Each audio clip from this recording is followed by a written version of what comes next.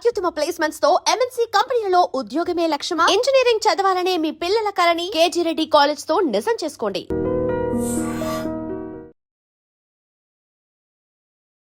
నమస్కారం. Welcome to I dream. ధర్మ మార్గం విత్ విజిత కార్యక్రమానికి స్వాగతం.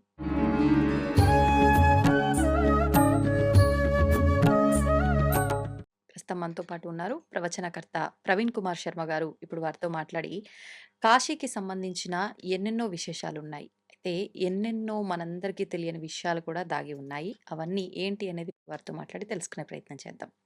నమస్కారం అండి. నమస్తే అమ్మా, ఎలా ఉన్నారు? బాగున్నాను. మీరు ఎలా ఉన్నారు? అవునా తల్లి.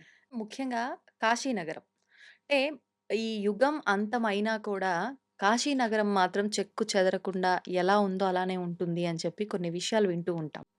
నిజంగా ఎందుకని అంటే కాశీ అసలు నిజంగా ఆ మహత్యం చెప్పక్కర్లేదు.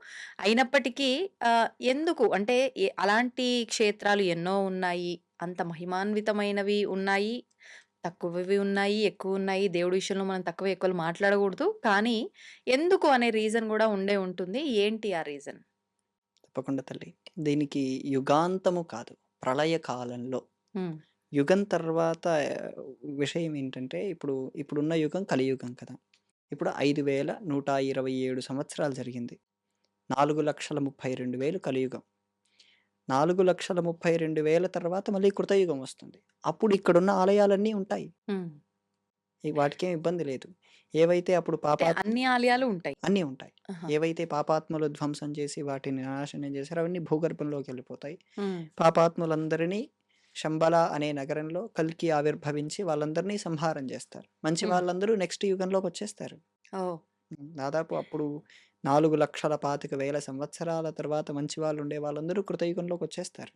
ఆహాహా! ఎవరైతే పాపం చేసిన వాళ్ళున్నారో, అప్పుడు తప్పులు చేసే వాళ్ళున్నారో వాళ్ళందరినీ ప్రత్యక్షంగా సంహరిస్తూ వెళ్ళిపోతారాయన. అప్పుడున్న ఆలయాలు, ఈ పరిస్థితి అన్నీ గూడా ఉంటాయి. హ్మ్. ప్రళయ కాలంలో, ప్రళయ కాలం అంటే అప్పుడు ఈ సృష్టి అంతా మునిగిపోతుంది. ఇప్పుడు మనం ఉండేటువంటి భూగోళం కాకుండా ఇతర లోకాల్లో ఉండేటువంటి లోకాలు గూడా మునిగిపోతాయి. అప్పుడు కూడా కాశీ ఉంటుంది. హ్మ్. ఇప్పుడు చూస్తున్న ఆ పడవలు, ఆ మనుషులు, ఆ రోడ్లు అవి ఉంటాయా? కాదు.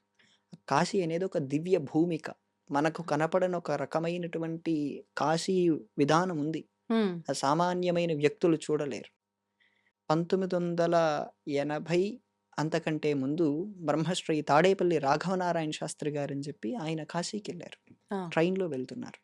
ట్రైన్‌లో వెళ్తుంటే కాశీ దగ్గరికి రాగానే ఆయనకు ఒక పెద్ద జ్యోతిర్లింగం కనపడింది. హ్మ్. మనం ఫ్లైట్‌లో వెళ్తుంటాం. అక్కడ చూస్తాం మనకేం కనపడదు. కాశీ అనేది ఒక ఎయిర్‌పోర్ట్‌లో దిగుతాం. కారు బుక్ చేసుకుంటాం. గుడికెళ్తాం, చూసొస్తాం. ఆయన ట్రైన్ ఇంకా కొద్ది దూరంలో కాశీ, వారణాసి రైల్వే స్టేషన్ ఉందనగానే పెద్ద జ్యోతి కనపడింది. ఆహాహా! మనలాంటి వాళ్ళకి కనపడుతుంది. ఆయన ఆ జ్యోతి కనపడగానే చెప్పులు విప్పేసి, ఇంత పెద్దటి జ్యోతిర్లింగంలోనా నేను చెప్పులేసుకొని అడుగు పెడుతున్నదని చెప్పులు కాల్లోనే రైల్వే రైల్‌లో స్టేషన్‌లోనే వదిలిపెట్టాడు. ఆ రైల్వే స్టేషన్‌కొచ్చాక కూడా ఆయన జ్యోతి కనపడుతూనే ఉంది. ఆ! అడుగు పెట్టట్లేదు. అప్పుడు ఆయన రోజు ఉపాసన చేసే బాలమ్మ ఆ జ్యోతంతా మారిపోయి అందులో నుంచి ఒక అమ్మవారు "రా నాయనా అడుగుపెట్టు" అని పిలిచింది. అబ్బా! హ్మ్. అప్పుడు ఆయన అడుగు పెట్టగలిగాడు. అంతవరకు ఆయన అడుగే పెట్టలేకపోయాడు. ఇంకా రైల్వే స్టేషన్‌లోనే ఉన్నాడు. హ్మ్. అలాంటి యోగ పట్టణం అది. అది జ్యోతి స్వరూపంగా ఉంటుంది. భౌతికంగా ఎన్నైనా కూల్చొచ్చు. అదే ఆలయం ఎన్నో సార్లు ధ్వంసమైంది భౌతికంగా. కానీ అభౌతికంగా దివ్య జ్ఞానం కలిగినటువంటి యోగులు ఈ రోజుటికి ఆ ఆలయాన్ని మొదట ఎలా ఉందో ఇప్పటికి అలాగే దర్శిస్తూ ఉంటారు. అది ఎప్పటికీ ధ్వంసం కాదు అని అర్థం తల్లి. అంటే అక్కడున్న జ్ఞానము ఆ యోగులు మాత్రం మిగిలుంటారు అనా? యోగులు కాదు, అక్కడ ఉండేటువంటి జ్యోతి స్వరూపం. జ్యోతి స్వరూపం. మనం కూడా ధ్యానం ఒక చేస్తే రకంగా ఆ పరమాత్మ అనే అర్థం ఇక. పరమాత్మ స్వయంగా ఎప్పటికి వెళ్ళిపోడు అక్కడ. హ్మ్. ఎప్పటికీ ఉంటాడు. హుహు. కాశీలో ఒక తీవ్రమైన కరువొచ్చింది. ఆ కరువొస్తే శివుడు దాన్ని వదిలిపెట్టి వెళ్ళలేకపోతున్నాడు. కాశీని విడిచి ఉండలేకపోతున్నాడు. హ్మ్. ఊర్ధ్వలోకాల్లో నుంచి రాజులొచ్చి, "స్వామి మీరు కొద్ది రోజులు కైలాసంలో ఉండిరండి. హ్మ్. ఈ కరువును మేము తీర్చేస్తాం. మేము ఇక్కడ అన్ని సర్దుబాటు చేస్తాం. ఒక్క 2 నెలలు మీరు కైలాసంలో ఉండిరండి" అంటే ఆయన ఒప్పుకోలేకపోయాడు. ఆ! చాలా కష్టంగా కైలాసానికి వెళ్ళొచ్చారు. అలా కాశీ అనేది శివుడికి స్థిర నివాసం. ఎల్లప్పుడూ ఉండేటువంటి భూమి. ఆ! ఆ భూమిలో కొంచెం సాధన చేసిన వారు చూసినా శివుడు అక్కడ కనపడతాడు. హ్మ్. ఆ లింగాలు మారిపోతూ ఉంటాయి. కానీ అక్కడ ఉండేటువంటి స్థానము ఒక క్షేత్రము లేదా ఒక శక్తిపీఠము, ఒక జ్యోతిర్లింగము అన్నామంటే, ఆ లింగం కాదు ప్రధానం. స్థానం చాలా ప్రధానం. మనం శక్తిపీఠాలు, జ్యోతిర్లింగాలు చూస్తాం. అలాంటి స్థానాల్లో లింగాలు మారిపోతూ ఉంటాయి. కానీ స్థానం ఉంటుంది కదా! హుహుహు. ఇప్పుడు మనం కాశీ తీసుకుందాం. కాశీ జ్యోతిర్లింగం. అక్కడే శక్తిపీఠం కూడా ఉంది. అదే జ్యోతిర్లింగాన్ని అనేక మంది అనేక సార్లు ధ్వంసం చేశారు. కానీ మనం ఇప్పటికి జ్యోతిర్లింగం అనే పిలుచుకుంటున్నాం. ఎందుకు? పోయింది గదా! జ్యోతిర్లింగాన్ని ధ్వంసం చేశారు గదా! లింగము, రాయి అనుకుంటే. హ్మ్. జ్యోతి లింగం. ఆ జ్యోతి స్వరూపంగా లింగం నిరంతరం ఉంటుంది. ఎల్లప్పుడూ అంటే ఉంటుంది. మనకు కనిపిస్తున్న ఆ భౌతిక ఆకారం లింగ రూపంలో ఉన్నది పోయినప్పటికీ, అందులో ఉన్న ప్రకాశం అలానే ఉంటుంది అని. ఉంటుంది. అవునమ్మా. ఆ ఓకే. భూమికాది. ఆ హ్మ్. మట్టికా శక్తి. ఆ మట్టినే క్షేత్రం అని పిలుస్తున్నాం. ఆ హుహుహుహు. క్షేత్రం ఎల్లప్పుడూ ఉంటుంది. అది ఈ ప్రళయకాలం అయిపోయినా సరే ఆ క్షేత్రం ఉంటుందని అర్థం. హ్మ్. శివుడు ఆ సందర్భంలో తన త్రిశూలాన్ని చెక్కి త్రిశూలం పైన పట్టణాన్ని నిలబెట్టి ఉంటాడు అని అర్థం తల్లి. ఒకప్పటి కాలంలో అండి అంటే పరిస్థితుల రీత్యా ఇప్పుడైతే అప్పటికప్పుడు ఫ్లైట్‌లెక్కి ఒక్క రోజులో పోతున్నారు. మళ్ళీ నెక్స్ట్ డే తిరిగొస్తున్నారు. ఇదంతా చూస్తున్నాం గానీ, అంటే ఏజ్‌తో సంబంధం లేకుండా, వయస్సు పరిమితి లేకుండా ప్రతి ఒక్కరు వెళ్ళాలనిపిస్తే వెళ్తున్నారు. స్వామి దర్శనం చేసుకుంటున్నారు, వస్తున్నారు. ఒకప్పటి కాలంలో పూర్వపు రోజుల్లో మాత్రం కాశీకి వెళ్ళాలంటే ఖచ్చితంగా అన్ని బాధ్యతలు అయిపోయి, అంటే పిల్లల పెళ్ళిళ్ళు అన్నీ అయిపోయి, ఇంక మేము బాధ్యతల నుంచి విముక్తి పొందాము అనుకున్న వాళ్ళు తప్ప మిగతా వాళ్ళు వెళ్ళటానికి లేదు. ఇదే ఒక రూల్ అన్నట్టుగా ఉండేది. నిజంగా ఆ రూల్ ఉందా? అసలు ఇప్పుడెందుకు మరి ఆ రూల్ బ్రేక్ అయింది? ఏంటి? గ్రామాల్లో ఆ రూలు దాదాపు పాటించేవారందరూ. హ్మ్. దానికి ఉన్న ముఖ్య కారణం ఏంటంటే తల్లి, ఉదాహరణకు మనమే హైదరాబాద్‌లో ఉన్నాం. ఇక్కడి నుంచి కాశీకి 1000 కిలోమీటర్లు. ఇక్కడి నుంచి మనం గ్రామాలు పట్టుకొని నడుస్తూ, అడవులు పట్టుకొని నడుస్తూ వెళ్తే 3, 4 నెలలు పైనే పడుతుంది. ఈ 3, 4 నెలలు మళ్ళీ తిరిగి రావటానికి అంతే సమయం. అక్కడ వాళ్ళు తనివి తీరా శివుడిని సేవించుకొని రావాలంటే కనీసం సంవత్సరం నుంచి 2 సంవత్సరాలు ఈజీగా పడుతుంది. అబ్బా! హ్మ్. ఈలోపు ఇక్కడ కుటుంబ సభ్యులేమవుతారు? ఇంకా పెద్దవాళ్ళనుకోండి, అంటే 50 పైన దాటిన వాళ్ళు మనంత స్పీడ్‌గా నడవలేరు. హ్మ్. హ్మ్. రోజుకి 5 కిలోమీటర్లు చాలా ఎక్కువ. అవును. అది నడిచేసరికి మధ్యాహ్నం అవుతుంది. హ్మ్. తినాలి, సేద తీరాలి. మళ్ళీ కొంచెం కిలోమీటర్, 2 కిలోమీటర్లు నడవాలి. ఎక్కడైనా సత్రం వస్తుంది. తినాలి, పడుకోవాలి. ఆ! ఇంత ప్రాసెస్‌లో వెళ్ళటానికి సంవత్సరం పట్టినా ఆశ్చర్యపోనక్కర్లేదు. అవును. లేదా 2 ఏళ్ళు పట్టినా ఆశ్చర్యపోనక్కర్లేదు. ఇదే వయసులో ఉన్న వాళ్ళకి బాధ్యతలుంటాయి, పిల్లలుంటారు, కుటుంబం ఉంటుంది. ఈ వ్యవస్థలన్నీ దృష్టిలో పెట్టుకొని అది రూల్ కాదు. అప్పుడు వాళ్ళు పెట్టుకున్న విధానం అంతే. రూల్ అయితే కాదు. హ్మ్. పర్టిక్యులర్‌గా ఇది పాటించాలనేదైతే ఎవరు లేరు. చిన్న పిల్లవాళ్ళు గూడా కాశీకెళ్ళేవారప్పుడు. ఆహా! రామానుజుల వారి జీవిత చరిత్రలో చూస్తే వారు విద్యాభ్యాసంలోనే కాశీకి వెళ్ళిన సందర్భం ఉంది. కాశీకి వెళ్తుంటే ఆయన పైన దాడి జరగటం, ఆయన పక్కకొచ్చేయటం అది మళ్ళీ వేరే సంగతి. చిన్న వయసులో ఉండేవాళ్ళు గూడా కాశీకి ప్రయాణం అయ్యేవారు. ఆ! కాశీలో అప్పుడు ఎక్కువ కాలం ఉండి 9 రోజులని కొంతమంది, 9 నెలలని కొంతమంది, 9 ఏళ్ళని కొంతమంది, 9 ఏళ్ల నుంచి ఉన్నవాళ్ళున్నారు. ఇక జీవితాంతం అక్కడే ఉందామని కొంతమంది, వర్క్ ఫ్రమ్ కాశీ అని చేసేవాళ్ళు కొంతమంది. ఓహ్! వర్క్ ఫ్రమ్ కాశీ చేసేవాళ్ళున్నారమ్మా. హ్మ్. అలా పెట్టుకున్న వాళ్ళు వాళ్ళ జీవితాన్ని ఇక్కడుండేటువంటి ఈ లైఫ్‌తో అటాచ్‌మెంట్స్ అంతా తొలగించుకొని, అక్కడి లైఫ్‌తోనే అటాచ్‌మెంట్ పెంచుకోవటం కోసం హ్మ్. శివుడిని, కాలభైరవుడిని, విశాలాక్షిని, అన్నపూర్ణమ్మని సేవిస్తూ నిరంతరం అక్కడుండేవాళ్ళు ఉంటారు. అందుకోసం ఏంటంటే వయసు రీత్యానే చెప్పారు. హుహుహుహు. అంటే వెళ్ళి రావటానికి ఒక 50 ఏళ్ల పైనున్న వ్యక్తికి 5, 6 ఏళ్ళు పడుతుంది. 5, 6 ఏళ్లలో ఇక్కడ కుటుంబం, ఇక్కడ వ్యవస్థ, ఇంకా ఏం చేసేవారంటే పేపర్ పైన సంతకాలు గూడా పెట్టేవారు. ఎందుకండి? ఆస్తి లావాదేవీలా? ఆ! ఆస్తి విషయాల్లో పోతే వస్తాడో రాడో ఇంకా అని. అంతే. పూర్తి స్థాయిగా సంతకాలు గూడా పెట్టేవారు. హుహు. తిరిగొచ్చిన వాళ్ళకి మహారాజు సన్మానం గూడా చేసేవారు. అబ్బా! ఆ హ్మ్. గంగాజలంతో ఊర్లంతా ప్రోక్షణ చేయించేవారు. ఆ! స్వయంగా మొదటగా మహారాజే ప్రోక్షణ చేసుకొని ఊరంతా గూడా చల్లించుకునేవారు. అంటే హ్మ్. తిరిగొచ్చిన వాళ్ళకి చాలా పెద్ద వేడుక చేసేవారు. కాశీ నుంచొచ్చారు. ఇదెప్పుడో కాదు. హ్మ్. కరెక్ట్‌గా ఒక 50, 60 ఏళ్ల కిందట సంఘటనే. ఇప్పటికైనా కాశీకి వెళ్ళి వచ్చిన వాళ్ళకి అంటే ఇంత రిస్క్ లేని సందర్భాల్లో వెళ్ళొచ్చినప్పటికీ ఖచ్చితంగా వాళ్ళకి నమస్కారం చేసుకొని, వాళ్ళ ఆశీర్వాదం తీసుకోవడము ఇలాంటివి గూడా జరుగుతున్నాయి. పాటిస్తున్నారు. ఉన్నాయి. ఉన్నాయి. హ్మ్. సామాన్యమే. ఇప్పుడు కాశీకి వెళ్ళటం వరకు బావుంది. వెళ్ళిన తర్వాత అక్కడ ఖచ్చితంగా గంగా స్నానం. ఇంక మన నెత్తిపైనున్న భారమంతా ఒక రకంగా పాపాలు అంటూ ఉంటారు. పాపాలు తొలగిపోతాయి, నశిస్తాయి ఒక్కసారి ఆ నదిలో మనం మునకేస్తే అని అంటూ ఉంటారు. ఏంటి ఆ విశిష్టత గురించి? గీత, గంగ, గాయత్రి. ఈ మూడింటిలో ఏది పట్టుకున్నా మళ్ళీ మనం పుట్టం తల్లి. గీతని పట్టుకున్నా పుట్టం, గాయత్రిని పట్టుకున్నా పుట్టము, గంగని పట్టుకున్నా హ్మ్. పుట్టము. ఈ గంగలో పాపాలనొక్కటే కాదు, మోక్షాన్ని ఇవ్వగలిగినటువంటి శక్తి కూడా ఉంది ఆ హ్మ్. నదికి. కనపడేటువంటి భౌతికంగా ఆ శక్తి ఎంతో ఉంది. ఆ! అక్కడ మామూలుగా అందరూ వెళ్తారు. స్నానం చేస్తే కాదు. సంకల్పం చెప్పుకొని స్నానం చేయాలి. ఆహా! అంటే ఆచమనం చేయాలి. ఆ! ఆ నదిని పూర్తి స్థాయిగా దేవతగా భావించాలి. మునకలు మాత్రమే వేసి రావాలి. హ్మ్. ఈతలు కొట్టటం, సబ్బులు రాసుకోవటం, బట్టలు ఉతికేయటం షాంపూలు పెట్టుకోవడం. ఇలాంటివి అసలు చేయకూడదు. హ్మ్. అదప్పుడు నది కాదు. కేవలం నీళ్లు పారేది. అంటే మనం ఎలా భావన చేసి, ఎలా అక్కడ ఆ విధానం ఆచరిస్తే ఆ రకమైన ఫలితమే. యత్ భావం తద్భవతి. అంతే కదమ్మా! మనం ఫీలింగ్ ఎలా ఉంటుందో అదే కుదురుతుందక్కడ. అది హ్మ్. మీరు గంగా నది అని, నాకు స్నానం చేస్తే నా పాపాలు తొలగిపోతాయని, నేను ముక్తి పొందుతాననేటువంటి ఫీలింగ్ ఉంటే ఖచ్చితంగా ఆ ఫీలింగ్ 100% కలుగుతుంది. ఇది హుహు. నిజము అని నిరూపించుకోవటానికి కూడా చాలా సైంటిఫిక్ ఆధారాలున్నాయి. ఆ! 1890లో కొంతమంది విదేశస్థులు అసలు గంగా నదిని హిందువులు ఎందుకు పుణ్య నదిగా భావిస్తున్నారు? దీన్ని పాపాలు పోగొడతాయంటున్నారు. వాళ్ళెన్నో రకాలైన కలుషితాలు కలుపుతున్నారు. అసలు దీంట్లో ఉండేటువంటి శక్తి ఏమిటని చెప్పి కొన్ని మిషన్స్ పెట్టి పరిశీలన చేశారు. ఆ! ఎంతో రకాలైనటువంటి ప్రాణభయంకరమైనటువంటి విషవ్యాధులు ఉండేటువంటి వాటిని కూడా ఆ నీళ్ళలో కలిపి చూసారు. ఆ నీళ్ళు వెంటనే వాటిని సంహారం చేస్తుంది. హ్మ్.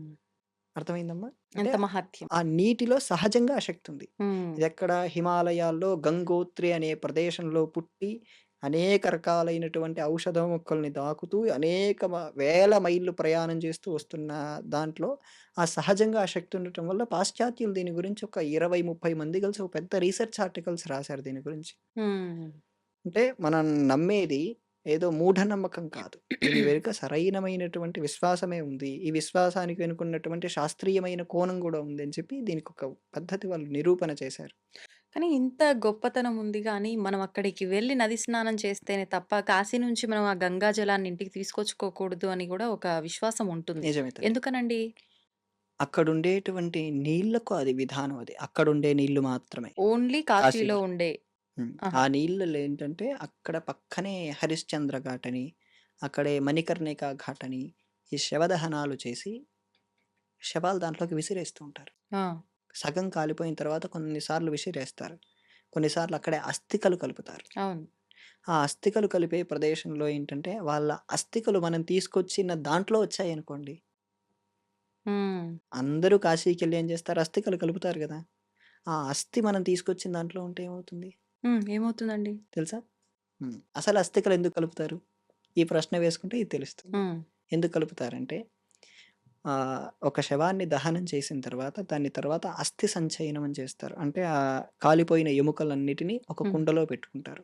11 రోజు అయిపోయిన తర్వాత వాళ్ళు పుణ్య నదుల్లో కలపటం కోసం తీసుకెళ్తారు. అవును. ఆ ఎముక ఏదైతే ఏ నీళ్ళలో అయితే ఉంటుందో హ్మ్. అన్ని లక్షల సంవత్సరాలు లేదా అన్ని వేల సంవత్సరాలు వాళ్ళు స్వర్గంలో ఉంటారు. లేదా వాళ్ళ ఇష్టమైన లోకాల్లో ఉంటారు. ఇది ఆ! ముఖ్యమైన విషయం. హుహుహు. ఆ ఎముక కరగటం ఎప్పుడైనా చూసారా మీరు? ఆహా! ఎముక ఎప్పుడైనా కరుగుతుందా? గోరు, ఎముక ఎప్పటికీ ఎప్పటికీ కరగనివి. కాదు కరుగుతాయి. కరుగుతాయా? ఎప్పటికీ కాదు కరుగుతాయి. ఆ! అరుగుతాయి గానీ కరగడం గూడా ఉంటాయా అండి ఉంటాయి. ఎముక? ఆ! కానీ చాలా ఏళ్ళు పడుతుంది. హుహు. కనీసం కాశీలోనే ఈ ఎముకలు కలపటం చేస్తే ఒక 1000-2000 ఏళ్ళు పడుతుంది కరగటానికి. ఓహో! మనం ఆ నీళ్లు తీసుకొనొస్తే ఒక ఎముకో లేదో ఒక వాళ్ళ చితాభస్మం దీంట్లో కలిసిందనుకోండి. హ్మ్. వాళ్ళకు మనం వాళ్ళు ప్రాప్తి పొందేటువంటి నుంచి పక్కకు తప్పించిన వాళ్ళమవుతాం. ఆ! అందువలన ఏం చేసేవారు అప్పుడది మనకు దోషంగా మారుతుందా? మారుతుంది. ఎందుకంటే ఆహా! దాంట్లో ప్రేతం కలుస్తుంది కదా! ఓకే. దాని నుంచి ఏం చేసేవారంటే కాశీకి వెళ్ళిన వారు తప్పకుండా ప్రయాగ కూడా వెళ్లి రావాలి. మరిప్పుడు మనం అందులో మునకేసినప్పుడు మాత్రం ఆ అస్థి మన అందులో రాదు. కలిసిపోయిన రాదు. నీళ్ళల్లోనే మనం మునకేస్తున్నాం గదా! అప్పుడు వర్తించనిది మనం బాటిల్‌లో తెచ్చుకొని మనం చల్లుకున్నంత మాత్రాన తప్పేముందండి? మీరు దాని లోపల ఉండేటువంటివన్నీ తీసుకొచ్చుకుంటున్నారు. హుహుహు. అవునా? కాదా?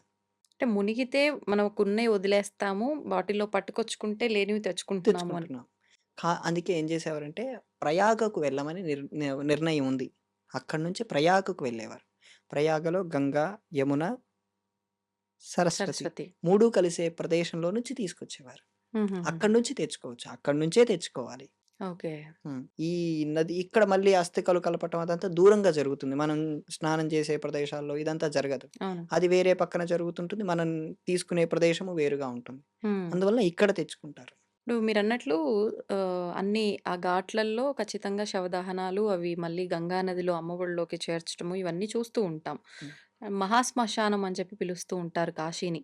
ఎందుకని అంటే ఎన్నెన్నో క్షేత్రాలున్నాయి. పర్టిక్యులర్‌గా మరణించిన వారి కోసం అని చెప్పి కొన్ని కొన్ని సెపరేట్‌గా అవి వేరే విధానాలున్నాయి. ఎందుకని విశేషంగా ఈ క్షేత్రంలో ఇంత విధానాన్ని ఎందుకని పెట్టడం జరిగిందంటారు?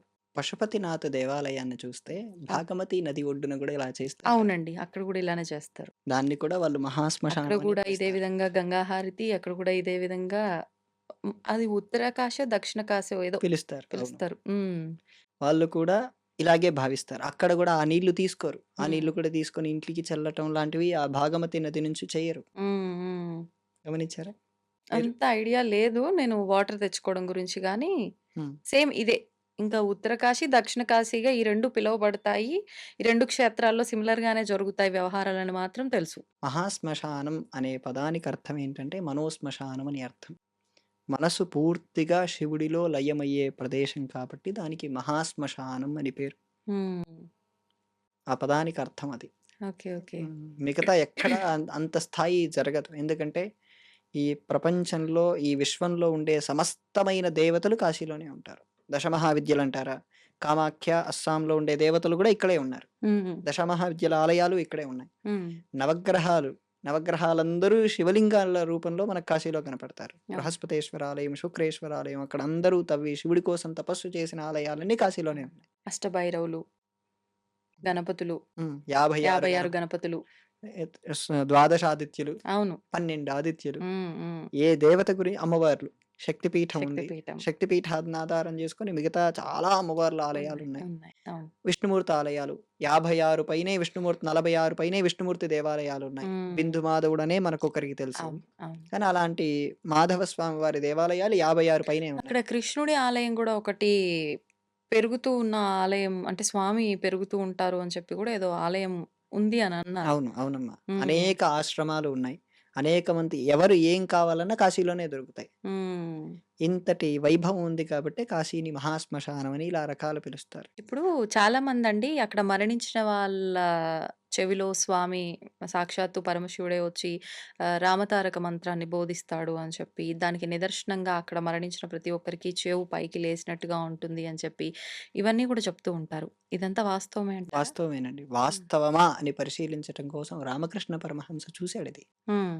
ఆయన కాశీకి వెళ్ళినప్పుడు తారక మంత్రాన్ని శివుడు ఉపదేశిస్తున్నాడు ఏంటని చెప్పి ఆయన ధ్యాన భూమికలో వెళ్ళినప్పుడు అదంతా ఆయన శివుడు చనిపోయిన ప్రతి ఘాటు దగ్గరికెళ్ళటం, హ్మ్. ప్రతి ఒక్కరి చెవిలో తారక మంత్రాన్ని ఉపదేశించడం ఇవన్నీ రామకృష్ణ పరమహంస స్వయంగా చూసాడు. ఆహాహా! అంటే మనలాంటి సామాన్యులం అది పరిశీలన చేయలేకపోవచ్చు. హ్మ్. చెక్కలు పెడతారు, శవాన్ని తీసుకొస్తారు, చుట్టూ తిరుగుతారు, గంగా నదిలో స్నానం చేస్తారు, వెంటనే వెలిగిస్తారు, వీళ్ళెళ్ళిపోతారు. కానీ అదంతా పరిశీలన చేసి ఒక 2, 3 గంటలు ఉండగలిగితే అవన్నీ మనం గూడా గమనించొచ్చు. హుహు. అక్కడే కొంతమంది ఈ శవం పెట్టిన వెంటనే కొంతమంది తాంత్రికులొచ్చి ఆ శవం పైన కూర్చోవటం చూసారా? ఆహా! లేదు. శవం పైకి వచ్చి కూర్చుంటారు. వాళ్ళ సాధనలవి. ఇప్పటికినా? ఇప్పటికి. నేను మొన్న వెళ్ళినప్పుడు కూడా చూసానది. హుహుహు. దాన్నే శవ సాధన అంటారు. శవ చింతామణి వాళ్ళకు దానికి సంబంధించిన పద్ధతులేవో పెట్టుకున్నారు. చెప్తారు. హ్మ్. అంటే శవం పైన సాధన చేస్తే చాలా తొందరగా, శీఘ్రంగా సిద్ధిస్తుంది వాళ్ళ విద్యల్లో. ఓహ్! అందుకలా శవం అలా పెట్టిన వెంటనే దానిపైన కూర్చొనొచ్చి సాధన చేసేటువంటి తాంత్రికులు కూడా ఉంటారక్కడ. హుహుహు. హ్మ్. ఒక విద్య ఉండేదమ్మా. ఈ రోజుటికి అది పాటిస్తున్నారో లేదో తెలీదు గానీ మొన్న మాత్రం జరిగింది. కాశీని మహారాజులు పాలిస్తున్నప్పుడు 100 మంది 100 సెక్టార్స్ నుంచొస్తారు. ఫర్ సపోజ్ మీరున్నారు. యాంకరింగ్‌లో మీరు చాలా ఎక్స్‌పర్ట్. దానికి సంబంధించినటువంటి ప్రశ్నలన్నీ ఒక 10 రాస్తారు. చాలా డీప్‌గా ఉంటాయి ఆ ప్రశ్నలు. సామాన్యుడికి పై చదువుకున్న వాడికి అర్థం కావు. ఇంకొకతనున్నాడు. అతడు బాగా తర్కం అంటే లాజిక్‌గా ఆ విషయంలో చాలా బాగా చేయగలడు. ఆయన ఓ 10 ప్రశ్నలు రాస్తాడు. సామాన్యులకు అర్థం కావు. అలా 100 మంది 100 విద్యల్లో నుంచి ఆరితేరిన వారుంటారు. హ్మ్. ఆ 100 మంది కలిసి ఒక ఆయన్ని ఇంటర్వ్యూ చేస్తారు. హ్మ్. ఈ 100 మంది కలిసి ఈ ఒక్కడు కూర్చున్నవాడు సమాధానం చెప్పగలిగితే, ఆ ఒక్కడిని కాశీ మహారాజు స్వయంగా వచ్చి హ్మ్. ఆయన ఒక గుర్రం పైన ఒక ఏనుగు పైన కూర్చోబెట్టి ఆయనకు స్వర్ణమాల మెడలో వేసి హ్మ్. కాశీ విశ్వనాథుడి దగ్గర తీసుకెళ్ళి దర్శనం చేయించి అందరి దర్శనాలు చేయించి ఆయన్ని కాశీ నగరమంతా తిప్పుతారు. ఓహ్! అలాంటి ఇది సాధన చేయాలి, అలాంటి విద్యలు పొందాలన్నా కూడా కష్టం. అంటే అదేదో బయట ఏదో సాధన చేస్తే దేవత అనుగ్రహిస్తే వచ్చేదే కొంతమే. కానీ హ్మ్. మన ప్రయత్నం ఉండాలి. మన ప్రయత్నమే దీంట్లో 90% ఉంటుంది. హుహుహుహు. ఇప్పుడు మీరున్నారు. మీకు యాంకరింగ్ ఒక్కటే తెలుసు. నేనున్నాను. నాకు చెప్పడం ఒకటే తెలుసు. హ్మ్. కాదు. 100 రకాల విద్యలు మనకు తెలిసుండాలి. ఓకే. ఓకే. 100లిట్లో పూర్తి స్థాయిలో అవగాహన ఉండాలి. అలాంటిది అక్కడ ప్రకాశించేది. పండితులు హుహుహు. దాంట్లో పాల్గొనడానికి చాలా ఉత్సాహం చూపిచ్చేవారు. అందుకే అక్కడ ఒక యూనివర్సిటీ గూడా ఉంది. చెప్పండి. కాశీ విశ్వవిద్యాలయము. ఓహో! అంటే అక్కడ ఈ విద్య నేర్పిస్తారా? ఆ! కాశీ విశ్వవిద్యాలయం ఉండేదక్కడ హ్మ్. ఒకప్పుడు. ఆ విద్యల్లో ఇలాంటివి పాల్గొనటానికి అనేక మంది చాలా చాలా దూరాల నుంచి వచ్చేవారు. ఓహోహో! హ్మ్. అంటే ఇంకా ఇలాంటి రహస్యాలు ఎన్నో దాగి ఉన్నాయి కాశీ నగరము అనగానే. ముఖ్యంగా ఇప్పుడు ఈ కాశీ యాత్ర అనేది ఒక కాశీకే వెళ్ళాము, దర్శించుకున్నాము, ఇంక అయిపోయింది అన్నట్లుగా కాకుండా, కాశీకి, రామేశ్వరానికి ఒక సంబంధం ఉంటుంది. కాశీకి వెళ్ళి ముందర రామేశ్వరం వెళ్ళాలి. లేదంటే రామేశ్వరం వెళ్ళి కాశీకొచ్చి మళ్ళీ రామేశ్వరం వెళ్ళాలి. ఏదో మెలిక ఉంటుంది మొత్తానికి నాకు సరిగ్గా అవును. గుర్తులేదు. అవును. అలా అయితేనే కాశీ యాత్ర సంపూర్ణమైనట్లు అని చెప్పి అంటూ ఉంటారు. ఇంకొకటి అక్కడ నదిలో జలమో, ఇసుకో తీసుకొచ్చి ఇక్కడ, ఇక్కడ తీసుకొచ్చి అక్కడ కలపటమో ఏదో చేస్తారు. అప్పుడే సంపూర్ణమవుతుంది అని చెప్పంటారు. ఇది హ్మ్. ఎందుకని? చెప్తాను. ఇక్కడి నుంచి మనం ప్రయాణం చేసి మన దగ్గర రామేశ్వరమే కాబట్టి, రామేశ్వరంలో ఇసుక తీసుకొని, సముద్ర స్నానం చేసి, రామేశ్వర స్వామిని దర్శనం చేసుకొని, బావుల్లో స్నానం చేసి, ఆ ఇసుక పట్టుకొని కాశీకి వెళ్ళి, అక్కడ స్నానం చేసి, అక్కడ కలపకుండా మీరన్న ప్రయాగలో కలపాలా? కరెక్టే అండి. కరెక్టేనా అండి? కరెక్టే. ఆ! అక్కడ కలపాలి. ఓకే. అక్కడి నీళ్లు తీసుకొచ్చి, ఇక్కడ రామేశ్వర స్వామికి అభిషేకం అంటే చేయాలి. వెంట వెంటనే జరగాలా? ఒకే యాత్రలో ఆలస్యంగా అయినా ఇవి జరగాలా? మన దగ్గర తెచ్చిపెట్టుకుంటే ఆలస్యంగా అయినా చేయొచ్చు. ఓకే. ఇప్పుడు ఫ్లైట్‌లో అవకాశం ఉంది కాబట్టి. హ్మ్. హ్మ్. ఇప్పుడు అక్కడ ఇసుక తీసుకొని, జాగ్రత్తగా పెట్టుకొని, ప్రయాగ వెళ్ళి కాశీ వెళ్ళాలి. కాశీ వెళ్ళాలి. గంగా స్నానం చేయాలి. అవన్నీ చూసి మళ్ళీ అక్కడి నుంచి ప్రయాగ వెళ్ళి, ప్రయాగలో కలిపితేనే కుదురుతుంది. హుహు. హ్మ్. ఇదంతా జరిగితేనే సంపూర్ణమవుతుంది. సంపూర్ణమవుతుంది. ఇది నేనేదో నోటి మాటతో చెప్పటం కాదు. కంచి పరమాచార్య స్వామివారు ఇది 1940, 20, 1930 ఆ ప్రాంతంలో ఈ విషయాన్ని ఆయన స్వయంగా చేసి చూపించారు. హుహుహు. హ్మ్. ఆయన స్వయంగా అక్కడ ఇసుకని తీసుకొని, దాచిపెట్టుకొని, కొన్ని సంవత్సరాల తర్వాత ప్రయాగలో వెళ్లి కలిపారు. వెంటనే కలపలేదు. ఇప్పుడు ఇసుక వరకు తీసుకొచ్చి మనం వెంటనే కాశీ వెళ్ళడానికి కుదరలేదు అంటే ఇంట్లో పెట్టుకుంటే పర్వాలేదు. పర్వాలేదు. మరి మీరు కాశీలో గంగా జలాన్ని ఇంట్లో పెట్టుకోవద్దు. అందులో ఏమన్నా అస్థి అవును. అవి ఏమన్నా ఉంటే ప్రమాదము, అవును. దోషంగా మారుతుంది అన్నారు. కరెక్ట్. కాశీకి వెళ్ళి మళ్ళీ వెంటనే రామేశ్వరం వెళ్ళటం కుదరక ఆ జలాన్ని అంటే కాశీ నుంచి తేవట్లేదు గానీ మనం ప్రయాగ నుంచి. కానీ చాలామంది నమ్మేది కాశీ నుంచే తేవాలి అని జెప్పి. అలా తెచ్చిపెట్టుకున్నప్పటికీ గూడా దోషమే ఉంటుందా? దోషం అనటం కంటే, పక్క వాళ్ళకు ముక్తినిచ్చేది మనం లాగినట్టుంటుంది. అది దోషం కింద పరిగణించం. హ్మ్. దోషం కాదు గానీ, పక్కవాడికి ముక్తొచ్చేది మనం లాగేసినట్టుంటుంది. ఓకే. ఓకే. మనం స్నానం చేయటం వేరు. హ్మ్. మనం అవి తీసుకొచ్చుకోవటం వేరు. నేను నీళ్లు తాగటం వేరు. నేను నీళ్లు తీసుకెళ్ళిపోవటం వేరు. హ్మ్. తేడా ఉందా? అవును. అవును. ఆ ఉంటుంది. తేడా అది దోషమని చెప్పలేము. దోషం కాదు. హ్మ్. అదమ్మా. ఇప్పుడు కాశీ అనగానే మళ్ళీ, మళ్ళీ వెళ్ళాలి అనిపించే అంటే వెళ్ళిన తర్వాత నిజంగా ఏదో భారమంతా దిగిపోయి చాలా తేలిగ్గా బెలూన్ వదిలేస్తే ఎగిరినట్టుగా అనిపిస్తుంది తేలిగ్గా. అంటే నా ఫీలింగ్ అయితే అది అందరి విషయంలో ఎలా ఉందో తెలీదు గానీ. కానీ అలా వెళ్ళామా, చూసామా, వచ్చామా అన్నట్లుగా మిగతా క్షేత్రాలకు వెళ్ళినట్టుగా కాకుండా హడావిడిగా వెళ్తే ఖచ్చితంగా ఉండాలనిపించే క్షేత్రమే కాశీ. అయితే చాలామంది వెళ్ళి 2 రోజులో, 3 రోజులో ప్రశాంతంగా దర్శించుకొని స్పెండ్ చేసి రావడం కన్నా కొన్ని రోజుల పాటు అక్కడే ఉండాలి అని ఎక్కువగా ఆలోచించేవారుంటారు. 9 రోజులు కానియండి, 9 నెలలు కానియండి, తల్లి గర్భంలో ఎలా అయితే ఉంటుందో ఒక శిశువు, అలా ఉండాలి కాశీ క్షేత్రంలో అని చెప్పి అంటూ ఉంటారు. ఇది నిజంగా మన శాస్త్ర ప్రకారంగా, పురాణాల ప్రకారంగా ఉందా? లేదంటే ఎవరి అనువుగా వాళ్ళు నిర్ణయించుకున్నదా? అది అలా కొనసాగుతూ వస్తోందా? అష్టాదశ పురాణాల్లో స్కాంద పురాణం అని ఉంది. స్కాంద పురాణంలో కాశీఖండం అని అద్భుతమైన చాలా విస్తృతంగా ఉంటుంది. ఆ ఖండంలో మీరు చెప్పినటువంటి విషయాలుంటాయి. ఓహ్! 9 రోజులు సాధన చేస్తే ఒక ఫలితం. 9 నెలలు సాధన చేస్తే ఒక ఫలితం. సాధన అంటే క్షేత్రంలో మనం స్వామిని దర్శించుకొని, గంగా స్నానం చేసి నిదురిస్తే సరిపోదా? అంటే ప్రత్యేకించి ఇంకేమైనా చేయాలా? శివజపం చేయాలి. జపం ఖచ్చితంగా హ్మ్. చేయాలి. హ్మ్. సాధన అనే పదానికి అర్థం ఏంటంటే అక్కడ కాశీ వరకు గంగా స్నానం ప్రతిరోజు, శివ దర్శనం ప్రతిరోజు, శివనామం నిరంతరం. ఇది సాధన. హుహుహు. అర్థమైందమ్మా? అంటే భోజన నియమాలు ఇలాంటివి కూడా ఏమన్నా ఉండాలా? యథావిధిగా మనం ఎలా తింటున్నామో ఏకాదశి అక్కడ? తప్ప మిగతా రోజంతా భోజన నియమాలు మామూలుగానే ఉండొచ్చు. ఏకాదశి ఉపవాసం అంటే ఉండేవాళ్ళు. మన ఇంట్లో ఉంటే ఎలా ఉంటామో అక్కడ కూడా మనం అలా ఉండొచ్చు. కాశీలో ఉపవాసాలు లాంటివి ఎవరు పాటించరు తెలుసా మీకు? తెలీదండి. కాశీలో మధ్యాహ్నం 12:30, 1 అయ్యేసరికి ఆకలితో ఉన్న వాళ్ళని ఎవరిని చూడలేం. ఓహ్! ఈ ప్రపంచంలో ఎక్కడ అలాంటి అద్భుతం మనం చూడలేం. హ్మ్. ఈరోజు నాకు అన్నం దొరకలేదు అనేటువంటి యాచకుడు ఎవరు ఉండరక్కడ. హుహుహు. మధ్యాహ్నం 2 అయ్యేసరికి అందరి కడుపుల్లో అన్నం ఉంటుంది. హ్మ్. ఏకాదశి లాంటి నియమాలు పాటించిన వాళ్ళకి కూడా అన్నం దొరుకుతుంది. ఓహోహో! అప్పుడు అలాంటి క్షేత్రమే బావుంది. కదమ్మా మనకు అవును. కావాల్సింది. అవును. వాళ్ళకు అడుక్కోవాల్సిన అవసరం కూడా లేదు కదా అప్పుడు. హ్మ్. మధ్యాహ్నం అన్నం పెడుతున్నారు. రాత్రి టిఫిన్ పెడుతున్నారు. అవును. ఇంకేం కావాలి? మరిప్పుడు ఇలా ఈ కొంతకాలం అక్కడ ఉండి మనం ఈ జపము, ఈ ఆరాధన, ఈ దర్శన భాగ్యము ఇవన్నీ చేసుకోవటం వల్ల ఏంటండి ఫలితం? ఇష్టప్రాప్తి. ఫర్ అంటే? సపోజ్ నేనున్నాను. నాకు ఓ మంచి ప్రమోషన్ రావాలి అనుకోని నేను కాశీకి వెళ్ళి ఓ 9 రోజులు, 9 రాత్రులు నిద్ర చేసి, ఒక ఒక రోజుకో 10,000 సార్లు శివజపం చేసి, రోజు విశ్వనాథ దర్శనం చేయటం, 2 పూటల హ్మ్. అక్కడ గంగా స్నానం చేయటం ద్వారా నేను అనుకున్న పనులు జరుగుతాయి. మనసులో మానసికమైనటువంటి శక్తి సంకల్పం పెరుగుతుంది. మీరన్నటువంటి ఆ బర్డ్ వింగ్స్ ఒస్తాయి మనకు. పూర్తి హ్మ్. స్థాయిగా ఆధ్యాత్మికంగా మంచి ఉన్నతిని పొందుతాం. ఆహా! హ్మ్. మరి కాశీ అనగానే మనకి గంగా హారతి చాలా విశేషం. ఎందుకని?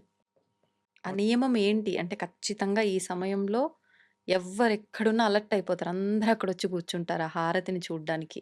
నిజంగా చాలా కన్నుల పండుగగా ఉంటుంది. ఎందుకనండి? గంగని దేవత అని భావించి వాళ్ళు పూజ చేసి హారతిస్తున్నారు. హ్మ్. గంగని దేవత అని భావించినప్పుడు ఆ ఫీలింగ్ ఉంటే ఖచ్చితంగా బావుంటుంది. హ్మ్. మొట్టమొదటగా కాశీకి ఇలా గంగా హారతిద్దామని ప్రారంభమైంది కాశీలో కాదు. ఆ! హరిద్వార్‌లో. ఓహ్! హరిద్వార్‌లో ఎప్పటినుంచో అలా గంగమ్మని దేవతగా భావించి హారతిచ్చి పూజ చేసేటువంటి సంస్కృతి వాళ్ళకెప్పటినుంచో ఉంది. హుహుహు. అక్కడి నుంచే ఇక్కడ ఇవ్వటం మొదలుపెట్టారు. మనం నేపాల్‌లో ఈ భాగమతి నదికి కూడా అలాగే చేస్తారు. అవునా? ఇటువైపేమో పశుపతినాథ ఆలయం. హ్మ్. మధ్యలో చిన్న నది. చాలా పెద్ద నది కూడా కాదు. చిన్న నది. హ్మ్. పక్కనే కొండలెక్కువగా ఉంటాయి. ఆహాహా! మీరు నేపాల్ వెళ్లారు గదా! అవును. పశుపనకి. వెళ్ళినా. వెళ్ళినా. అది హ్మ్. చాలా కొండలు. అవును. ఎక్కడెక్కడి ఎటు నుంచో చూసినా కొండలే. దూరం నుంచి కూడా చూస్తారు ఈ హారతి. అవును. అప్పుడెలా? అప్పుడు హ్మ్. పశుపతినాథ్‌కి, ఆ భాగమతి నదికి ఏం చెప్తాం అప్పుడు? హ్మ్. ఓకే. ఓకే. అందుకే మనం ఇదే విషయాన్ని హ్మ్. రాజమండ్రిలో గోదావరి హారతి అని కూడా అవును. ఇస్తున్నారు. ఉంటుంది. అవును. అంటే అక్కడ కూడా ఎక్కడైనా సరే నదిని దేవత అని భావించినప్పుడు హారతిచ్చేటువంటి ఆ దృశ్యాన్ని హ్మ్. అక్కడనే కాదు, ఏదైనా అమ్మవారి గుడిలో హారతిస్తున్నప్పుడు అదే ఆనందం మనకు కలుగుతుంది. అవును. అలా అదే నదిని దేవతగా భావించేటువంటి తత్వం మనం పెంచుకోవాలి. ఆ హ్మ్. పెంచుకున్నప్పుడు ఆ విశేషం అందులో కనపడుతుంది. హ్మ్. ఆ కనపడినప్పుడే ఆ ఫీలింగ్స్ ఒస్తాయి. లేదంటే అక్కడ ఫారినర్స్ చూస్తూ ఉంటారు. వాళ్ళేదో ఇచ్చేటువంటి చేతులు స్టైల్‌గా తిప్పటం, ఈ పద్ధతులకే వాళ్ళు ఆశ్చర్యపోతారు గానీ, ఈ విషయాలు వాళ్ళకర్థం కావు కదా! ఆ! అయితే కాశీనగరంలో ఉన్న భైరవులు, కాలభైరవులు మనం అష్టభైరవులు అని చెప్పి ఇందాక మాట్లాడుకున్నాము. అయితే క్షేత్రపాలకుడిగా కాలభైరవుడు ఉన్నాడు. కాలభైరవ ఆలయంకి ముందర ఉండే ఆ గుండం నీళ్ళతో కూడి ఉన్నది ఏదైతే ఉందో, అంటే కొన్ని కొన్ని ప్లేసెస్‌లో ఒక్కొక్క దగ్గర అంతే తెలియకుండా రహస్యంగా ఉన్న భైరవ ఆలయాలు కూడా ఉన్నాయి. నేను వెళ్ళినప్పుడు విన్నదేంటంటే ఆహ్, ఎవరైనా దండయాత్రకొచ్చినా, లేకపోతే ఏదైనా కొన్ని పరిస్థితుల్లో ఎవరైనా దాడి చేయడానికొస్తే, సంహరించి దాంట్లో వేసేవారు అన్నట్లుగా కూడా కొన్ని విషయాలు నేను వినడం జరిగింది. ఇలాంటివి నిజంగా జరిగాయా కాశీనగరానికి సంబంధించి? అసలు ఈ భైరవుల యొక్క పాత్ర ఏంటి అక్కడ అష్టభైరవుల పాత్ర? అష్టభైరవుల కంటే అష్టభైరవులకు మూలమైన వాడు కాలభైరవుడు. హ్మ్. అష్టభైరవులే ఒకే భైరవుడే అష్టభైరవులుగా వెళ్ళాడు. హ్మ్. ఆ అష్టభైరవులు ఆవిర్భవించిన పద్ధతి ఒకసారి చూస్తే మీకిది అర్థమవుతుంది. హ్మ్. లింగోద్భవ కాలంలో శివలింగం ఆవిర్భవించింది. అవును. వరాహస్వామి రూపంలో విష్ణుమూర్తి కిందికెళ్ళాడు. అవును. హంసను పట్టుకొని బ్రహ్మ బ్రహ్మదేవుడు పైకెళ్ళాడు. పైకి. ఆ! మధ్యలోకొచ్చారు. ఆ సంఘటనంతా నేనెళ్ళట్లేదు. హ్మ్. మధ్యలోకొచ్చారు. వచ్చినప్పుడు బ్రహ్మదేవుడు అబద్ధం చెప్పాడు. నేను నీ అంతు చూశాను అని. చూస్తే అప్పుడు దానికి సాక్ష్యంగా గోవుని, మొగలి పువ్వుని కూడా చూపించాడు. తర్వాత శివుడు చూడలేదు అని నిర్ధారించుకొని శివుడి ఆ శివుడిలో నుంచి ఈ ఉగ్రుడైనటువంటి కాలభైరవుడు బయటకొచ్చి శివుడు 5వ తలని తీశాడు. ఓహ్! శివుడు సంహారం చేయలేదు. హ్మ్. శివుడిలో నుంచొచ్చినటువంటి ఉగ్రమైన శక్తి అబద్ధం చెప్పినందుకు బ్రహ్మతలని. హ్మ్. అబద్ధం చెప్పినందుకు ఉగ్రమైన శక్తి శివుడిలో నుంచొచ్చిన శక్తి కాలభైరవుడు. ఆయన తీశాడు. సాక్షాత్తు శివుడే ఇంకా. శివుడే. శివుడే ఉగ్ర రూపంలో హ్మ్. వచ్చి అబద్ధం చెప్పినందుకు ఆ పై తలని తీశాడు. ఓహ్! అక్కడి నుంచి ఆయన తల తీసినప్పటి నుంచి ఆ తల చేతికి అంటుకొనుంది. ఆ చేతికి అంటుకొని ఆయన ప్రతి క్షేత్రాన్ని వెళ్తూ ఉన్నాడు. హ్మ్. ప్రతి క్షేత్రంలో స్నానం చేస్తున్నాడు. ఆ తల వెళ్ళిపోవటం లేదు. కాశీకొచ్చాడు. అన్నపూర్ణమ్మ దగ్గర అదే తలలో భిక్ష పట్టుకొని తిన్నాడు. హ్మ్. మీరు ఈ పిక్చర్‌ని చూసే ఉంటారు. ఇది అవును. కాశీలో జరిగింది. హ్మ్. అక్కడ తిన్నాడు. వెళ్ళిపోలేదు. అక్కడ స్థిరమైపోయాడు. ఆహాహా! అంతకంటే ముందు ఆయన బద్రీనాథ్ వెళ్లారు. దానికంటే ఆ యాత్ర తర్వాత బద్రీనాథ్ వెళ్లారు. బద్రీనాథ్‌లో బ్రహ్మకపాలం అనే ప్లేస్ ఉంటుంది. అక్కడ స్నానం చేయగానే ఆయన చేతికి ఆ తల ఊడిపోయింది. హ్మ్. అలా ఆయన ఒక్కొక్క ప్లేస్‌కి వెళ్ళినప్పుడు, ఒక్కొక్క స్వరూపాన్ని చూపించినప్పుడు, ఒక్కొక్క రూపం ఆవిర్భవించింది ఆయన లోపల నుంచి. ఆహాహా! ఆ రూపాలే 8 రూపాలుగా మారాయి. అవి రురు భైరవుడు, కాల భైరవుడు ఇలా రకాలుగా ఉన్నాయి. హ్మ్. ఆ భైరవుల్లో మీరు చెప్పినటువంటి భైరవ కుండంలో స్నానం చేస్తే వ్యాధులు మొదటగా తొలగిపోతాయి. వెంటనే మనకు తెలిసిపోతుంది. హుహుహు. వ్యాధులు వెంటనే అంటే చర్మ వ్యాధులు ఉన్న వాళ్ళకి ఆ! చాలా తొందరగా తొలగిపోతాయి. ఓకే. ఓకే. సంహారం చేసినది ఆ భైరవుడు కాదు. హ్మ్. భైరవ సాధన చేసేటువంటి భైరవులు. ఓహ్! భైరవ సాధన చేసే వాళ్ళని భైరవులు అని పిలుస్తారు. హ్మ్. ఆ భైరవులు ఎన్నో సంవత్సరాల నుంచి అక్కడ సాధన చేసేవారు. భైరవ సాధన చేస్తూ ఉండేవారు. హ్మ్. ఇలా ఆలయాన్ని ధ్వంసం చేద్దాం అని వచ్చినప్పుడు వాళ్ళ తలల్ని తీసి అందులోనే వేశారు. అది అప్పుడు అది వాస్తవం అయితే. వాస్తవం. హుహుహుహు. అందరిని కాదు. అలా అందరిని అనుకుంటే ఔరంగజేబు లాంటి వాళ్ళొచ్చినప్పుడు ఆలయాలు ధ్వంసం అయింది. అవును. అవును. హ్మ్. అందుకే కాలం, కర్మ అనేటువంటి 2 విషయాలను మనం గుర్తుపెట్టుకోగలిగితే ఆ సందర్భానికి ఆ సాధకులు లేరు మళ్ళీ. హ్మ్. వాళ్ళు వెళ్ళిపోయారు. ఆ ప్రాంతాన్ని విడిచిపెట్టి వెళ్ళిపోవటం, లేదా వాళ్ళు శరీరాన్ని విడిచిపెట్టడమో జరిగింది. హ్మ్. ఆ సమయానికి విధి నిర్ణయం ఆ శివలింగం ఉండకూడదు హ్మ్. అనేటువంటిది విధి నిర్ణయం. ఆ! అందువలన వీళ్ళు కూడా ఆపలేకపోయారు. లేదంటే కాశీలో ఎంతోమంది సాధకులున్నారు. ఆ! వాళ్ళొక్క నిమిషం కాశీ గురించి వాళ్ళ తపస్సును స్పెండ్ చేస్తే ఔరంగజేబు లాంటి వాళ్ళు క్షణాల్లో బూడిదైపోతారు. కానీ ఎందుకు కుదరలేదు? ఆ! మనం భైరవుడి ఆలయం చుట్టుపక్కల పరిశీలన చేస్తే ఎంతోమంది సాధకులుంటారు. హ్మ్. వెళ్లారా మీరు కాలభైరవ స్వామి దేవాలయానికి? ఆ! ఆ వెనక వైపుకి వెళ్ళాలి. ఆ!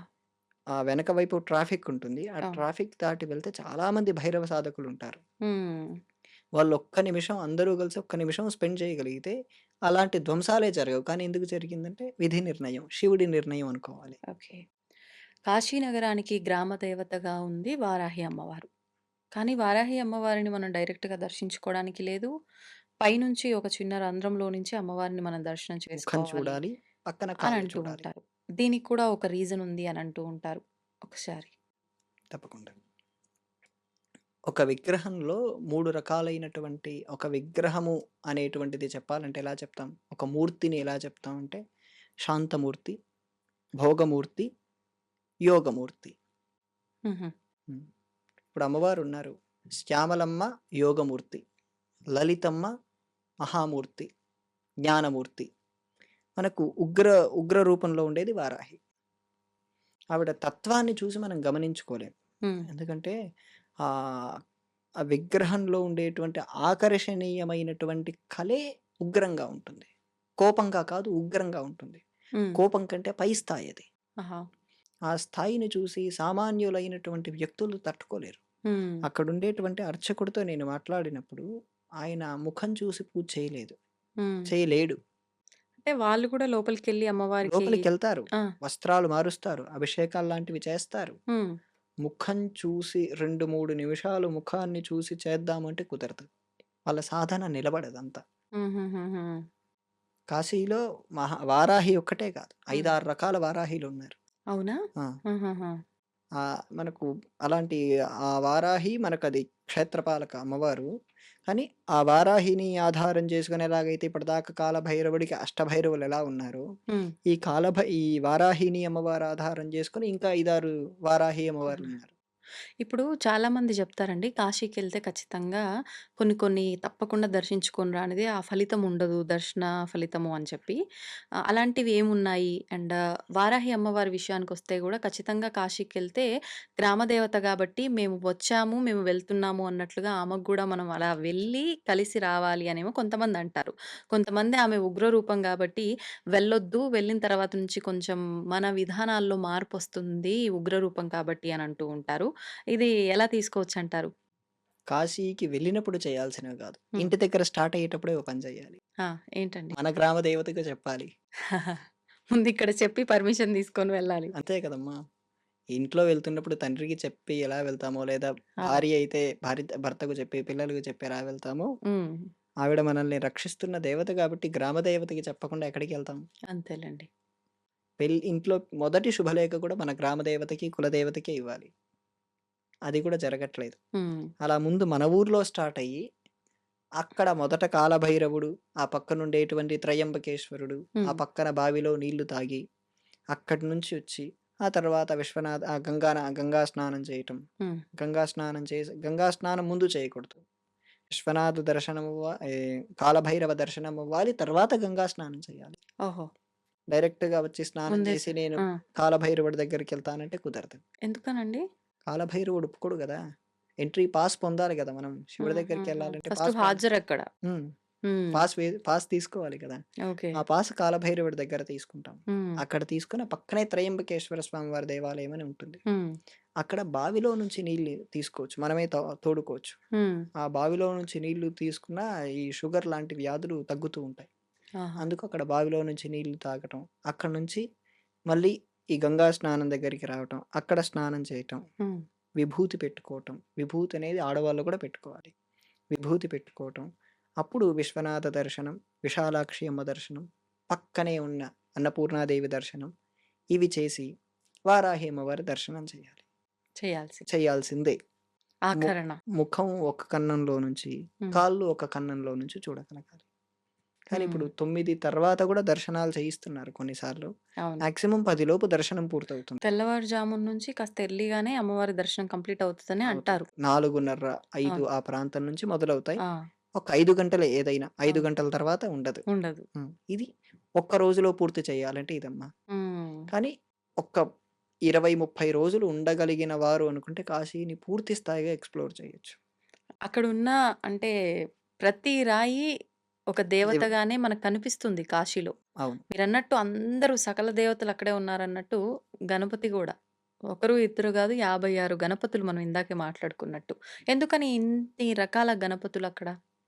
ఒక్కొక్కరు ఒక్కొక్క విధంగా వెలిసారు. హ్మ్. పోలాండ్ అనే దేశం నుంచి ఒక పాశ్చాత్యుడొచ్చాడు. హ్మ్. పాశ్చాత్యుడొచ్చి ఇప్పుడు చెప్పిన ఈ 56 గణపతుల పైన రీసెర్చ్ చేశాడు. హుహు. ఆ ఉన్న స్థానాలేంటి? ఎవరు పెట్టారు? ఏంటని అక్కడ ఆయన, ఇంకా ఈ కాశీ హిందూ యూనివర్సిటీ నుంచి ఒక ప్రొఫెసర్ వీళ్ళిద్దరూ కలిసి హ్మ్. రాడార్స్, జీపీఎస్ సిస్టమ్ కావాల్సినటువంటి ఎక్విప్‌మెంట్ అంతా తీసుకొచ్చుకొని, ఆ 56 గణపతుల పైన రీసెర్చ్ చేస్తే అవన్నీ కాస్మిక్ ఎనర్జీ సెంటర్స్ అని చెప్పి ఆయన తేల్చాడు. హుహుహు. అవన్నీ వైశ్విక చైతన్యానికి, విశ్వంలో ఉండేటువంటి ఒక యూనివర్స్‌ని సరైన ఒక శక్తి కేంద్రాన్ని సరైన ప్రదేశంలో హ్మ్. ఎలా పెట్టగలిగారు? అవన్నీ ఎలా వచ్చాయని చెప్పి ఆయన పెద్ద రీసెర్చ్ చేసి ఒక పెద్ద రీసెర్చ్ ఆర్టికల్ రాసాడమ్మా. ఆహాహా! అంటే అవన్నీ ఒక శక్తి కేంద్రాలు. ఇప్పుడు గణపతులు గూడా మనం నార్మల్‌గా చూస్తున్న గణపతి దేవాలయాల్లో లాగా ఉండరు. ఉండడు ఉండరు. స్వామక్కడ. హనుమంతుడిని చూస్తున్నామేమో అన్నట్లుగా అనిపిస్తుంది. చెండూరం కలర్‌లో ఉంటారు కొన్ని సింధూరం. కొన్ని చూడ్డానికి. ఆ! అలా కనిపిస్తూ ఉంటారు. ఆకారం గూడా మనకు కొంచెం వింతగానే అవును. కనిపిస్తూ ఉంటారు. మనం ఉత్తరాదిలో ఏ గణపతిని చూసినా సింధూరం పూయకుండా ఉండడు. అవును. కారణం ఎందుకనండి? సింధురాసురుడు అని ఒక రాక్షసుడుండేవాడు. ఆ! ఆ సింధురాసురుడు లోకాల్ని బాధ పెడుతుంటే గణపతి చిన్న పిల్లవాడిగా వెళ్ళి హ్మ్. ఆయన్ని సంహారం చేసి ఇలా అనుకుని మొత్తం శరీరానికి పూసుకున్నాడు. ఓహ్! ఆయన్ని ఇలా దూది పింజలా నలిపేసి మొత్తం ఆహాహా! శరీరానికి రాసుకున్నాడు. ఓకే. ఓకే. దాంతో అప్పటినుంచి గణపతికి, హ్మ్. హనుమంతుడికి హ్మ్. ఇద్దరికీ సింధూరం రాయటం అలవాటుగా ఉంది. హనుమదాలయాలు గూడా ఎన్నో ఉన్నాయి. మనకు రామచరితమానస్, తులసీ రామాయణం అనేది గూడా అక్కడే ఉంది. హ్మ్. అలాగే హనుమాన్ చాలీసా మనందరం అవును. చదివేటువంటి ఒరిజినల్ మాన్యుస్క్రిప్ట్.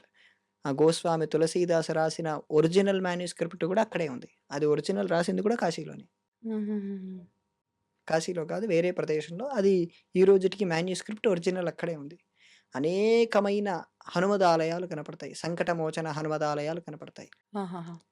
అమ్మవారి దేవాలయాలంటామా, అష్టాదశ శక్తి పీఠాల్లో ఓ శక్తి పీఠం. హ్మ్. గణపత చెప్పుకున్నాం. సుబ్రహ్మణ్యుడికి లెక్కలేనన్ని ఆలయాలు. ఆ! హ్మ్. నవగ్రహాల్లో ఉండే దేవతలు రాహువు, కేతువు వీళ్ళు కూడా అక్కడొచ్చి తపస్సు చేశారు. హ్మ్. శుక్రుడైతే ఒక పెద్ద బావి తవ్వి, ఆ బావిలో నుంచి నీళ్లు తీసి, రోజుకక్కడుండేటువంటి శివలింగాన్ని అభిషేకం చేస్తూ, శివుడి దర్శనమయ్యేంత వరకు అక్కడున్నాడు. ఈ నవగ్రహాలు, అష్టదిక్పాలకులు. ఇంద్ర, హ్మ్. అగ్ని, యమ, నిరుతి, వరుణ, వాయు, కుబేర, ఈశ వీళ్ళందరూ ప్రతిష్ఠించిన ఆలయాలు కూడా ఉన్నాయి. హుహుహు. వీళ్ళే కాకుండా కాశీలో కరువొచ్చినప్పుడు శివుడు ఒక్క 2, 3 నెలలు పైకెళ్ళినప్పుడు, కైలాసానికి వెళ్ళినప్పుడు దివోదాసుడనేటువంటి రాజొచ్చాడు. ఆ దివోదాసుడు కాశీని పరిపాలించిన ఒక రాజు. ఆ రాజులు ప్రతిష్ఠించిన దేవాలయాలు కూడా ఉన్నాయి. ఇవన్నీ కొన్ని కోట్ల సంవత్సరాల నాటి దేవాలయాలు. ఓహ్! సూర్యుడికి చెందిన 12 దేవాలయాలు ఉన్నాయి. కృష్ణుడి పుత్రుడైనటువంటి సాంబుడు హ్మ్. సూర్యుడిని ఈ కాశీ క్షేత్రంలోనే దర్శనం పొందాడు. ఆయన ఆహా! తపస్సు చేసి ఒక కుండం దగ్గర స్నానం చేసి హ్మ్. అక్కడే సూర్య దర్శనాన్ని అక్కడే పొందాడు. సాంబ పంచాశిక అనే ఒక 50 శ్లోకాల గ్రంథం సూర్యుడి పైనే రాశాడు ఇక్కడే కాశీ క్షేత్రంలో. హుహుహుహు. కృష్ణుడి పుత్రుడు. ఓకే. ఓకే. అలా కాశీ అనేది సమస్త విద్యలకి, సమస్త జ్ఞానానికి అన్ని రకాల ఏ విషయం కావాలన్నా కాశీ వెళ్ళిపోవచ్చు. కాశీలో ఇప్పటికీ కొన్ని ప్రాంతాల్లో అంటే నది ఒడ్డున గూడా కొన్ని కొన్ని శివలింగాలుండి అర్చనలు అవి ఇవి చేస్తూ ఉంటారు. అలా ఉన్న ప్రదేశాల్లో స్వామికి ఇప్పటికీ మాంసాహారము అంటే చేపలు ఇవి నివేదిస్తారు అని చెప్పి ఇది వాస్తవమేనా అండి? అవాస్తవం. అవాస్తవం. హ్మ్. ఎవరు నివేదిస్తారు? భక్తులు. ఎక్కడ? ఎవరికి తోచినట్టుగా వాళ్ళంటే నది ఒడ్డునే అలా శివలింగాలు ఉండటం వల్ల ఎవరికి తోచినట్టు వాళ్ళ అభిషేకాలు అవి చేసుకొని స్వామికి వాళ్ళు తినే అంటే మాంసాహారం ఈ రోజున వాళ్ళు వండుకుంటే అదే మాంసం కానీ, మత్స్యం కానీ తీసుకొచ్చి స్వామికి నివేదన చేయడం ఇలాంటివి కూడా చేస్తూ ఉంటారు. కాశీలో గంగా ఒడ్డున ఉండేటువంటి వారెవరు మాంసం తినరమ్మా. అహా! ఒడ్డున ఉండేవాళ్ళు అనట్లే. అక్కడ అదే కాశీనగరంలో నేను చెప్పేది. హ్మ్. ఆ పంచక్రోషి అంటారు. హ్మ్. ఆ పంచక్రోషిలో ఉండేవాళ్ళు మాంసం తినరు. హుహుహు. పంచక్రోషిలోకి మాంసం ఎలో లేదు. హ్మ్. మరెలా తింటారు? ఓకే. ఇది వేరే వేరే ప్రాంతాల్లో జరగచ్చేమో గానీ కాశీలో జరగదు. లేదు. హ్మ్. అసలు ఎప్పుడూ లేదు. ఎప్పుడూ లేదు. ఓకే. మాంసం ఒక లింగానికి నివేదన పెట్టడం లాంటిది హ్మ్. భక్త కన్నప్ప చరిత్రలోనే చూస్తాం తప్ప మిగతా ఇంకెక్కడ ఎక్కడా లేదు. కనపడదు. ఆయన ఓకే. కన్ను తీసి కన్ను పెట్టగలిగాడు. అవును. అంటే ఇది తప్పుడు సమాచారమే అంటారు. నిజమే. మనకు కాశీ అనగానే గుర్తొచ్చేది. కాశీ నగరంకి మనం వెళ్తున్నాము అంటే ఖచ్చితంగా ఏ ఫోటో షాప్‌లో జూసినా, ఎక్కడ జూసినా త్రైలింగ స్వామి. ఆయనకు సంబంధించి కూడా ఒక చరిత్ర ఉంది అక్కడ వివరణ అంటూ ఉంటారు. అవునమ్మా. ఆయన ఇప్పటికీ సజీవంగానే ఉన్నారు అని అంటూ ఉంటారు. కొన్ని కొన్ని విషయాలు చెప్తూ ఉంటారు. దాని సజీవంగా లేరు. గురించి హ్మ్. ఆయన 280 సంవత్సరాలు శరీరంతో బ్రతికిన ఒక యోగి. ఆయన మన తెలుగువారు. తెలుగువారు కాబట్టి ఆయనకి త్రైలింగ స్వామి అనేటువంటి పేరొచ్చింది. అంతకుముందు ఆయనకి సన్యాసనామం ఉంది. హుహు. ఆ సన్యాసనామం అందరికీ తెలీదు. ఆయన తెలుగువారు కాబట్టి త్రైలింగ స్వామి అని పిలుస్తూ ఉంటారు. ఓహ్! ఆ త్రైలింగ స్వామి ఎక్కువ శాతం ఆయన ఒక 120 ఏళ్ళు, 130 ఏళ్ళు కాశీలో ఉన్నారు. ఆయన గంగా నదిలో అలా పడుకొని 5, 6 గంటల పాటు ఉండేవారు. హుహు. 5, 6 గంటల పాటు అలాగే ఉండేవారు. రాజులొచ్చి చూసేవారు. ఒకరోజు ఒక ఆయన దిగంబరంగా నడుస్తూ వెళ్తున్నారు. అప్పుడది పాశ్చాత్యులు పాలిస్తున్నారు. హ్మ్. వాళ్ళు పాలిస్తున్నప్పుడు ఏంటంటే, ఆయన్నలా చూసి అక్కడుండేటువంటి ఆడవాళ్ళు కంప్లెయింట్ చేశారు. ఆ! ఆయన్ని పోలీసులొచ్చి కోర్ట్‌కి తీసుకెళ్లారు. ఆ! కోర్ట్‌కి తీసుకెళ్తే అక్కడుండేటువంటి జడ్జి ఈయన్ని ఒక యోగిగా చూడలేదు. మామూలు వ్యక్తిగా చూసాడు. పక్కనుండే వాళ్ళు ఈయన యోగత్వాన్ని తెలుసుకొని నమస్కారాలు పెడుతున్నారు. హ్మ్. అప్పుడు ఆయన జడ్జి ఈయన్ని చూస్తూ, "నేను మాంసాహారం తింటాను. నువ్వు తింటావా?" అన్నాడు. అలా అయితే నేను గూడా ఒకటి వేస్తాను. నేను తినేది మీరు తింటారా? అని ఈయన తిరిగి వేశాడు. మీరు తినేది శాకాహారమే గదా! బ్రహ్మాండంగా తింటాను. ఆయన శాకాహారం తినలేదు. ఆయన వెంటనే అక్కడ కూర్చున్నాడు. హ్మ్. కూర్చొని ఆయన మలాన్న ఆయన తిన్నాడు. ఇదిగో నేను తిన్నాను గదా! నువ్వు తిను. ఆ! వాడు భయపడిపోయాడు. అప్పటినుంచి ఆయన ఒక బిల్ పాస్ చేసాడు. ఎవరు ఈ త్రైలింగ స్వామి జోలికెళ్ళకండి. ఆయన మహిమాన్వితుడు. ఇది మనలాంటి వాళ్ళకి ఇది ఆశ్చర్యం అవ్వచ్చు కానీ, అలాంటి సిద్ధ స్థాయికెళ్ళినప్పుడు అవి చాలా సామాన్యమైన విషయం. హ్మ్. వాళ్ళకు సమస్తము బ్రహ్మంగానే కనపడుతుంది.